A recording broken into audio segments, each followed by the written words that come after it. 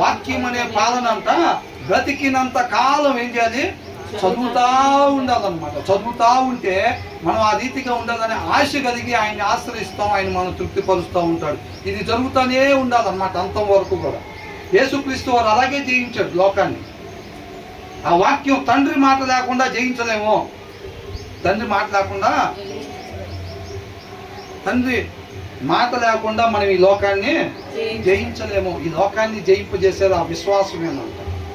Yes, నేను నమ్ముతున్నాను ఆయన మార్గం, ఆయన తండ్రి దగ్గరికి చేరుస్తాడు, దానికి సమర్థుడు అని చెప్పి నమ్ముతున్నాను. నమ్మితే దీని ప్రకారం ఉండాలి. అవునా?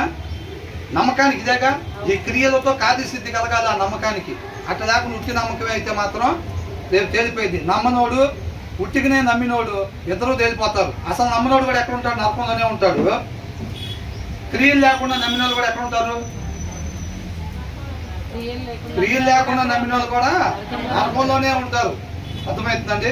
కాబట్టి మన జీవిత విధానమే వాక్యాన్ని అనుసరించడం కావాలి. ఆ క్రియల్ని దేవుడు విశ్వాసంగా పరిగణలోకి తీసుకుంటాడు. ఆ విశ్వాసం రేపు నిలబడిద్ది అన్నమాట పరీక్షలో. ఆ తర్వాత ఏమంటున్నారు? రక్షణ విషయంలో ఎదుగు నిమిత్తము ఆ పాలన అపేక్షించు. ఏం చేయాలంటే అపేక్షించాలా? మనం ఏం చేస్తాం? ప్రభా ఇప్పుడు ఇవాళ గురువారం కదా, ప్రభా బైబిల్ తీయమంటావేంది? ప్రభా ఇవాళ సోమవారం కదా, మర్చిపోయావా? శుక్రవారం అనుకున్నావు ప్రభా, శుక్రవారమే తీయాలా? ఆదివారం తీయాలి, మంగళవారం సాయంత్రం తీయాలి, స్త్రీలైతే బుధవారం తీయాలి. ప్రభా గురువారం ఇవాళ కూడా తీయమంటావేంది ప్రభా అని అంటావా? ఆ పాలన ఏం చేయాలి? మనం ఏం చేస్తాం?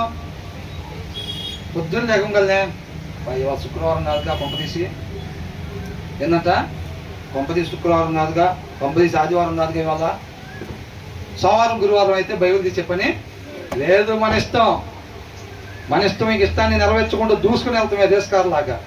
శుక్రవారం అదైతే ఆ కోటి టీయనరా అంటాం. ఏం కోటు? ఆత్మీయ కోటు. అది ధరించుకోవాలి. డ్రెస్ కూడా ఉంటుంది, దానికి సపరేట్ అలమర ఉంటుంది. తగు మాత్రంగా రాసి ఉంది కాబట్టి దాంట్లో తగు మాత్రం డ్రెస్సులు ఆలమరలో ఉంటాయి. ఆలమరలో ఉండే డ్రెస్సులు ఎప్పుడు వేస్తాం? సోమవారం, మంగళవారం, బుధవారం, శుక్రవారం, ఆదివారం ఆ షెల్ఫ్లో డ్రెస్సులు. ఎందుకంటే తగు మాత్రం ఉండాలి. మిగతా రోజు చెమ్కీలు ఉన్నాయని